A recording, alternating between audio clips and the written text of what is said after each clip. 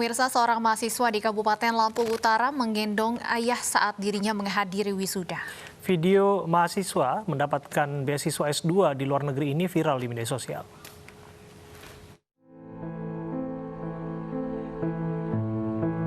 Jeffrey Ramadhani menggendong ayahnya yang lumpuh saat dirinya menghadiri wisuda di Universitas Muhammadiyah Kota Bumi, Kabupaten Lampung Utara. Jeffrey Ramadhani merupakan putra pertama dari pasangan Johansyah dan Surmila, warga Desa Lepang Tengah, Kecamatan Sungai Jaya, Lampung Utara. Saat wisuda, Jeffrey Ramadhani berhasil mendapatkan gelar sarjana pendidikan dan memperoleh prestasi sebagai wisudawan teladan. Usai menyelesaikan pendidikan S1 Bahasa Inggris, Jeffrey mendapatkan beasiswa melanjutkan pendidikan S2 di luar negeri. Saya sudah mendapat beasiswa dari lembaga luar negeri untuk kuliah S2 di luar negeri. Di kampus hanya dalam bentuk rekomendasi.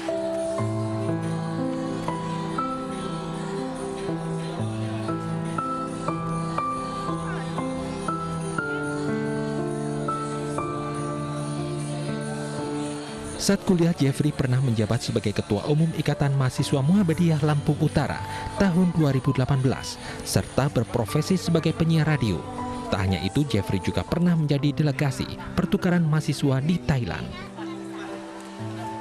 Dari Lampung Utara, Lampung, Jimmy Irawan, iNews melaporkan. Dan saat ini sudah bergabung bersama kami Jeffrey Ramadhani, mahasiswa yang menggendong ayahnya ke lokasi wisuda. Assalamualaikum, selamat sore Jeffrey. Waalaikumsalam warahmatullahi wabarakatuh. Selamat sore. Jeffrey, kelelahan nggak punggungnya ketika gendong ayah ke wisuda? Enggak, ya? Karena kemarin kan di depan mobil nggak bisa masuk. Ayah juga jalannya susah, jadi saya putuskan untuk menggendong ayah. Gitu. Oke. Apa dibalik ini semua? Sampai ada niatan dari seorang Jeffrey menggendong ayah di momen yang membahagiakan untuk Jeffrey. Ya, bagi Jeffrey pribadi, melanjutkan pendidikan adalah sebuah karunia dari Allah Subhanahu wa Ta'ala, yang alhamdulillah pada tahun 2015 Jeffrey bisa mendapatkan beasiswa bidik misi di Universitas Muhammadiyah Kota Bumi. Dan pada saat itu alhamdulillah saya meminta restu kepada kedua orang tua untuk bisa melanjutkan pendidikan. Dan saya pernah memiliki sebuah impian ketika menjadi MC wisuda pada 3 tahun yang lalu. Saat itu saya menjadi MC dan melihat mahasiswa-mahasiswa teladan, dan saya membatin kepada Allah Subhanahu wa Ta'ala. Ada jadi MC acara apa, Jeffrey? Wisuda 3 tahun yang lalu. Nah, saat itu saya membatin, ya Allah, seandainya Engkau izinkan Jeffrey untuk menjadi salah satu mahasiswa teladan ketika wisuda, saya ingin membawa ayah yang sudah sakit sekitar 10 tahun. Mohon maaf tadi saya klarifikasi sedikit, ayah sebenarnya tidak lumpuh di situ, tapi jalannya susah. Tetapi di situ beliau juga terkena saraf komplikasi dan buta permanen. Nah, jadi untuk mempercepat langkah, saya gendong ayah kemarin. Dan pada saat itu saya berjanji, saya ingin membawa ayah saya untuk melihat anaknya juga bisa. Anaknya juga mampu untuk menjadi seorang sarjana. Dan impian itu terwujud ya, Jeffrey. Alhamdulillah, Mbak Stephanie. Allah ijabah doa-doa Jeffrey.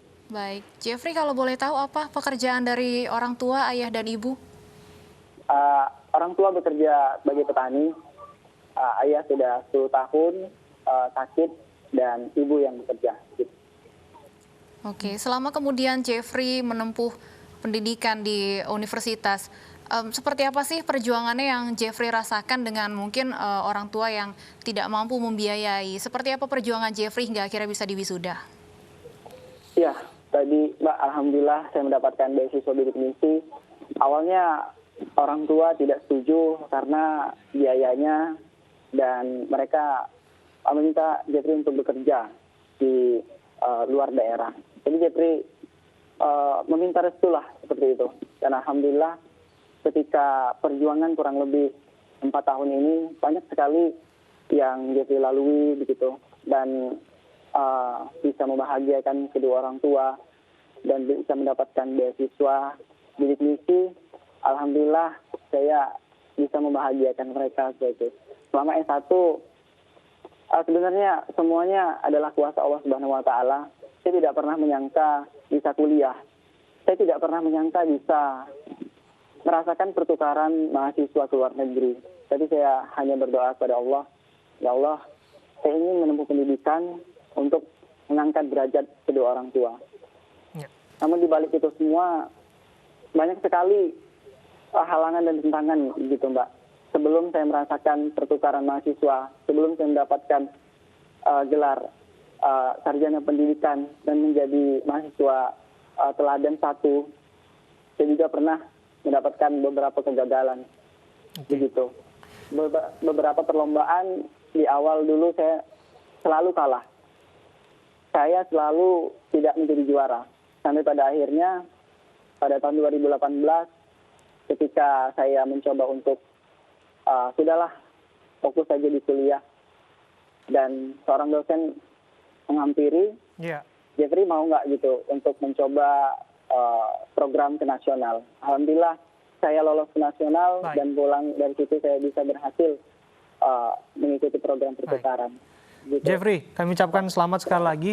Tetap kobarkan dan jaga semangat Anda seperti ini untuk menggapai cita-cita Anda. Utamanya untuk Anda sebutkan tadi, mengangkat derajat orang tua, itu satu hal yang sangat mulia. Terima kasih untuk waktu Anda. Bareskrim Polri mengungkapkan kasus pencucian uang dengan modus operandi bisnis email compromise, sebuah kejahatan lintas negara di tengah pandemi COVID-19. Kerugian yang dialami korban atas rangkaian kejahatan pelaku mencapai 276 miliar rupiah dan Bareskrim berhasil memulihkan aset sebesar 141,6 miliar rupiah. Bareskrim Polri mengungkap kasus pencucian uang dengan modus operandi bisnis email compromise, sebuah kejahatan lintas negara di tengah pandemi COVID-19. 3 perkara terkait COVID-19 terjadi di Italia, Belanda, dan Jerman, sementara terkait investasi dan dana terjadi di Argentina dan Yunani. Modus pelaku yaitu dengan membuat perusahaan fiktif dan mengirim email terkait perubahan nomor rekening sehingga korban mentransfer dana ke rekening perusahaan fiktif. Kerugian yang dialami korban atas rangkaian kejahatan pelaku mencapai 276 miliar dan Bareskrim berhasil melakukan pemulihan aset sebesar 141,6 miliar. Polisi menangkap ODC alias Emeka dan Hafiz, Belen alias Dani dan Nurul Al-Nuriyah alias Airin, serta menyita uang tunai dan dokumen perusahaan fiktif. Dengan saat ini dari hasil penyidikan kita memang tersangka warga negara kita atau tersangka lokal ini perannya adalah menyiapkan dokumen pendirian perusahaan fiktif, kemudian membuka rekening, kemudian menerima uang dan digunakan untuk membeli beberapa kebutuhan yang ada di sini. Sebagaimana tadi sudah disampaikan oleh Bapak Kabar Eskrim, barang bukti selain uang yang bisa kita amankan ini ada berupa aset, tanah, mobil, dan beberapa barang-barang lainnya. Masyarakat Anti Korupsi Indonesia mendatangi kantor Komisi Pemberantasan Korupsi dengan membawa paket bantuan sosial COVID-19 dari Kementerian Sosial. Dari penelusuran, Maki menyebutkan ada penurunan kualitas sembako dalam paket yang diserahkan ke masyarakat.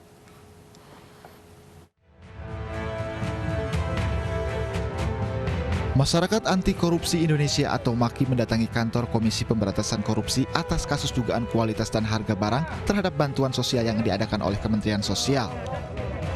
Sejumlah barang bukti dibeberkan oleh Koordinator MAKI Bonyamin Saiman saat menjumpai awak media di KPK, seperti minyak goreng, beras, sarden, dan makanan ringan. Dari hasil penjumlahan yang didalami oleh MAKI, terdapat sebanyak Rp188.000 per paket dari anggaran bansos Rp300.000 per paket. Boyamin juga menduga adanya permainan vendor pemegang proyek bansos membuat subkontraktor dengan membeli sembako dengan harga dan kualitas lebih rendah. Setidaknya dari informasi yang saya terima, saya dalami, model ini vendor utama memberikan pekerjaan secara subkontraktor. Informasi yang saya terima itu menjadi Rp210.000 per paket. Jadi kalau harganya 188, berarti ini subkontraktor juga melakukan pengambilan keuntungan. Itu ada informasi itu saya masukkan dalam surat untuk didalami KPK. Termasuk tadi pengurangan kualitas. Dalam hal ini, Maki mendorong KPK untuk menerapkan pasal 2 ayat 2 Undang-Undang Pemberantasan Korupsi, kasus Bansos Kemensos untuk dapat dikenakan hukuman tuntutan mati. Dari Jakarta, Rian Rahman, iNews melaporkan. Masyarakat anti korupsi mengungkap adanya pengurangan kualitas dalam bantuan sosial COVID-19 dari Kementerian Sosial. Dari anggaran Rp300.000 per paket, Maki menyebut hanya Rp188.000 yang sampai ke masyarakat. Untuk mengulasnya, ada rekan Abraham Silaban. Silahkan Abraham. Sungguh mengejutkan apabila margin ataupun selisihnya demikian ya Stefani. Namun kita akan telaah terlebih dahulu apa saja variabel ataupun komponen yang ada dalam paket bansos dari Kementerian Sosial Republik Indonesia. Pertama kita bisa lihat ada beras 10 kg. Kedua minyak goreng 2 liter, 2 kaleng sarden seukuran 188 gram. Selanjutnya ada biskuit 600 gram, susu bubuk seberat 400 gram. Kalau kita pelajari lagi, kisaran nilai paket yang sampai dalam paket-paket yang sudah kita jelaskan tadi, paket-paket yang dimaksud 188.000. Sementara plafon bansos per paket yang dianggarkan oleh Kementerian Sosial alias pemerintah dalam hal ini adalah 300.000.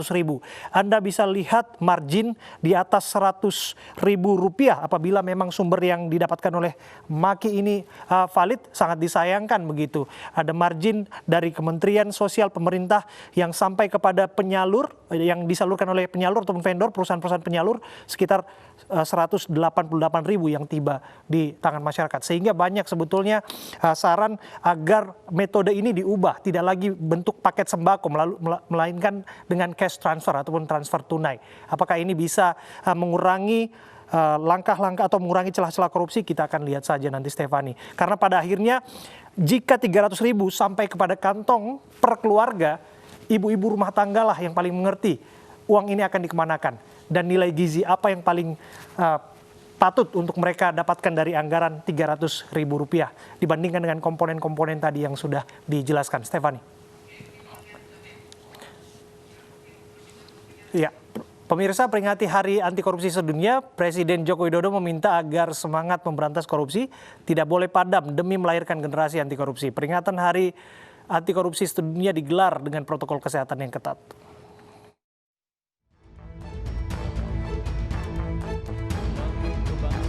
Komisi Pemberantasan Korupsi memperingati Hari Anti Korupsi Sedunia yang mengusung tema membangun kesadaran seluruh elemen bangsa dalam budaya anti korupsi. Dalam sambutannya, Presiden Joko Widodo meminta agar pendidikan anti korupsi diperluas untuk melahirkan generasi anti korupsi. Ia juga berharap agar pemberantasan korupsi tidak pernah padam. Saya berharap dengan langkah-langkah yang sistematis, yang sistemik dari hulu sampai hilir, kita bisa lebih efektif memberantas korupsi, lebih efektif memberantas kemiskinan dan mengurangi pengangguran, dan menjadikan Indonesia negara maju yang kita cita-citakan. Meskipun listrik di KPK. Acara yang digelar secara offline dan online ini dihadiri oleh sejumlah menteri, pemerintah daerah, serta dunia usaha. Dari Jakarta, Nadia Raisa, Ahmad Muharlin, Edi Nugroho, iNews melaporkan. Menko Bidang Kemaritiman dan Investasi Luhut Binsar Panjaitan meminta Jakarta dan wilayah lainnya kembali terapkan PSBB ketat. Kami kembali untuk Anda saat lagi.